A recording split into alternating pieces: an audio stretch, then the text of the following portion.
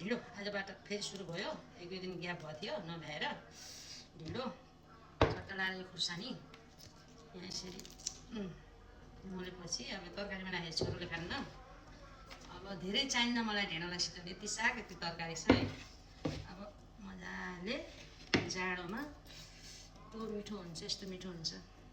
मलाई खानामा सबभन्दा मिठो लाग्ने र मनपर्ने भनेको ढिँडो। के रोज्छेस् भन्यो भने म ढिँडो भन्छु, ढिँडो। ल हेर्नुहोस् कसरी खानुपर्छ।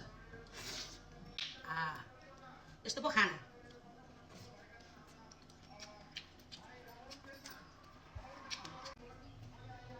हो बिरयानी भन्यो, हो मासु भन्यो, सबैलाई फेरि खुवाउने खाना यो हो। खानु त्यो पनि कहिले काहीँ, कहिले कता नै खानुपर्छ, त्यो पनि नखाने भन्ने होइन। तर सबभन्दा बेस्ट खाना भनेको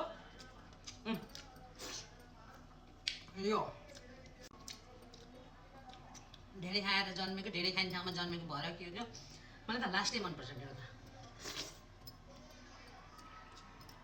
छन त कतिपय छन् ढिँडो निल्न नजान्ने पनि, म त सबले डल्लो निल भनेर नि दिन्छु।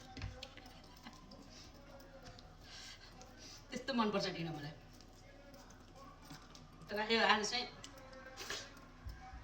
मकैको, फापरको, कोदोको अनि थोरै चामलको पिठो थियो, त्यो मिसाइदिएको, अनि सेतो अलि साह्रो साह्रो भएछ।